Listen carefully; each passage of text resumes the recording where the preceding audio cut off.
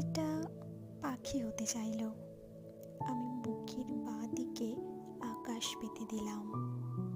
2-4 দিন ইচ্ছে মতো ওড়াউড়ি করে বলল তার একটা গাছ চাই। মাটিতে পা পুঁতে ঠায় দাঁড়িয়ে রইলাম। এ ডাল সে ডাল ঘুরে ঘুরে সে আমাকে শোনালো অরণ্য বিষাদ। তারপর টানতে টানতে একটা পাহাড়ি ঝর্ণার কাছে নিয়ে এসে বলল তারও এমন একটা পাহাড় ছিল, সেও কখনো পাহাড়ের জন্য নদী হতো। আমি ঝর্ণার দিকে তাকিয়ে মেয়েটিকে বললাম, নদী আর নারীর বয়ে যাওয়ায় কোনো পাপ থাকে না। সে কিছু ফুটে থাকা ফুলের দিকে দেখিয়ে জানতে চাইল, কি নাম?